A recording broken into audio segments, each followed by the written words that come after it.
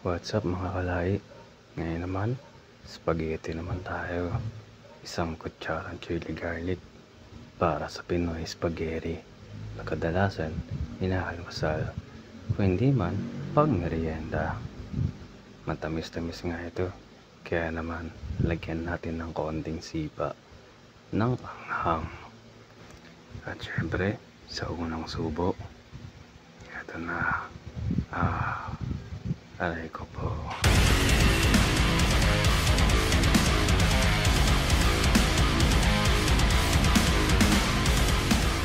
Gusto ko nga pala si spaghetti yung sobrang masos.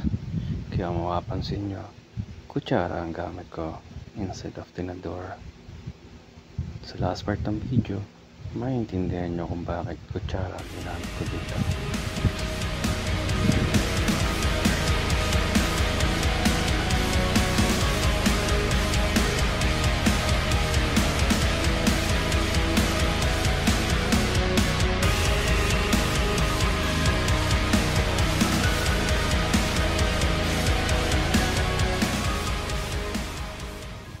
Ayan, halos ubos na natin.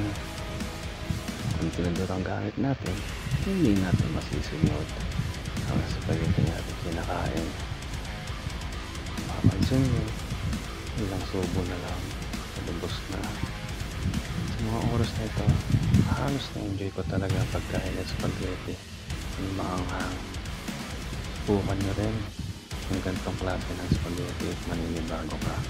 Lalo ka pang gaganahan. Sa susunod, paalam.